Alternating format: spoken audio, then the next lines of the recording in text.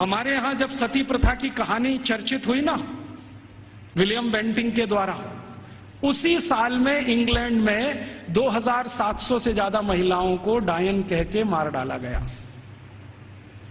उसी साल में। अब हुआ क्या कहानी में कि विलियम बेंटिंग ने अपने देश में जो 2500 से ज्यादा महिलाओं को डायन मरवाया कह के, उसकी चर्चा तो की नहीं आज तक। एक किसी महिला को इस देश में डायन सिद्ध करके मरवा दिया, उसको इतना ग्लोरीफाई कर दिया कि भारत के सभी गांवों में यही होता है। और विलियम बेंटिंग को तो कुछ समझ भी नहीं थी, अकल भी नहीं थी। अभी थोड़े दिन पहले इस प्रश्न का मुझे उत्तर मिला। भारत देश में आप जानते हैं कि 4500 से ज्यादा वनवासी जातियां हैं, 4556 हैं कुछ वनवासी जातियां। जैसे गोंड हैं, वो एक वनवासी जाति है। ऐसे ही गोंड जैसे 4500 से ज्यादा समूह हैं। इनके बीच में मैं पिछले कुछ सालों से घूम रहा हूं और मैंने वहां देखा कि सती का मतलब क्या होता है, सती कहते किसको है। एक बार गोंड लोगों के एक बहुत बड़े सम्मेलन में मैं गया और वहां किसी को सती किया जाना था। मैंने कहा चल के देखूं ये होता क्या है सती होना। तो वहां हुआ ये था कि एक महिला के पति का देहांत हो गया, स्वर्गवास हो गया, और पति का स्वर्गवास हो गया तो उसकी अंतिम यात्रा के लिए गांव के लोग जा रहे हैं।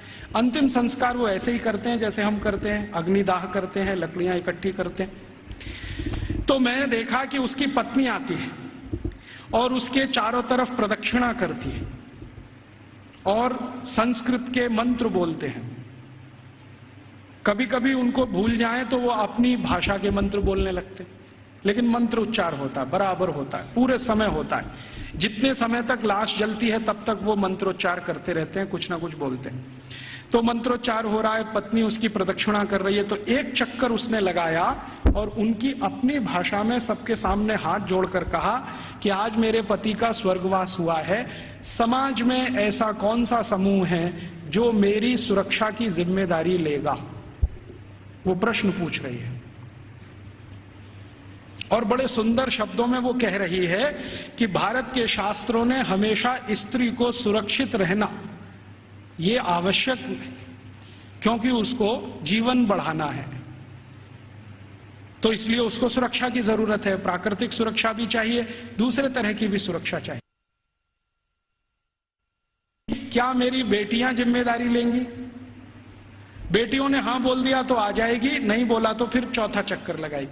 फिर वो पूछेगी कि क्या समाज के प्रतिष्ठित लोग, जिनको हम क्या कहें महाजन लोग मेरी जिम्मेदारी लेंगे?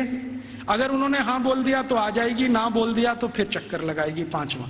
फिर वो पूछेगी कि इस समाज के आचार्य लोग, उपाचार्य लोग मेरी जिम्मेदारी लेंगे? अगर हां बोला तो उनके पास आ जाएगी, नहीं तो वापस। और आखिरी चक्कर सातवां जब लगाएगी तो वो पूछेगी कि क्या पुरोहित हम समझते हैं पूजा पाठ करें, क्या पुरोहित मेरी जिम्मेदारी लेंगे? अगर पुरोहितों ने हां बोला तो उनके पास आएगी, नहीं तो चक्कर लगा के गांव छोड़ के चली जाएगी और गांव कहेगा कि वो सती हो गई। ये है सती होना। और इसको बिगाड़ दिया अंग्रेजों ने। क्या कहा कि उसको जबरदस्ती चिता में धकेल देंगे और ये कर देंगे। फिर वो जाती कहां है, उसके पीछे पीछे मैं गया तो उस गांव का कोई मंदिर होगा, वहां जाएगी और अपना बाकी जीवन उसी मंदिर में बिताएगी। वो ये कहती है कि जब कोई जिम्मेदारी नहीं लेगा तो अब भगवान मेरे लिए जिम्मेदारी लेंगे, तो मंदिर में जाके पूजा करेगी, पाठ करेगी, अपना जीवन उसी से चलेगा उसका। और जैसे ही वो मंदिर में जाके पाठ पूजा करने लगेगी तो समाज की आदरणीय हो जाएगी और सब उसको साष्टांग दंडवत प्रणाम करेंगे। फिर हम गोंड लोग कहेंगे कि ये हमारी सती है। हम उसको एक्सप्लेनेशन क्या देंगे? वो पति के साथ जिंदा जला दी गई, वो सती है। सती होना कोई ऊंचा कर्म रहा है इस देश में, हम उसको समझ नहीं पाए। अंग्रेजों ने जो डिस्क्रिप्शन दे दिया उसी को अंतिम मान के हमने अपना मान लिया कि ऐसा ही कुछ होता होगा। ये होता है, और ये सिर्फ गोंडों में ही नहीं होता, भीलों में भी होता है। गोंड हैं, भील हैं, जितने तरह की जनजातियां हैं, ज्यादातर में ये होता है। तो मैकॉले कह रहा है कि भारत में तो स्त्रियों का स्थान बहुत ऊंचा है, परिवार में ऊंचा है, समाज में ऊंचा है, भाषा उनके यहां से निकली है। फंक्शनल नॉलेज उन्होंने समाज को दिया है, इसलिए इनके लिए तो सब कुछ विशेष होता है। इसलिए गुरुकुलों में आचार्य स्तर पर बहुत स्त्रियां हैं, ये हैरानी की बात नहीं है। वो कहता हमारे समाज में उल्टी स्थिति है, स्त्रियों का स्थान सबसे नीचे है, इसलिए हमारे यहाँ हर काम में वो सबसे पीछे है। तो इस तरह की कुछ बातें हैं जो मैकॉले के डॉक्यूमेंट्स बताते हैं।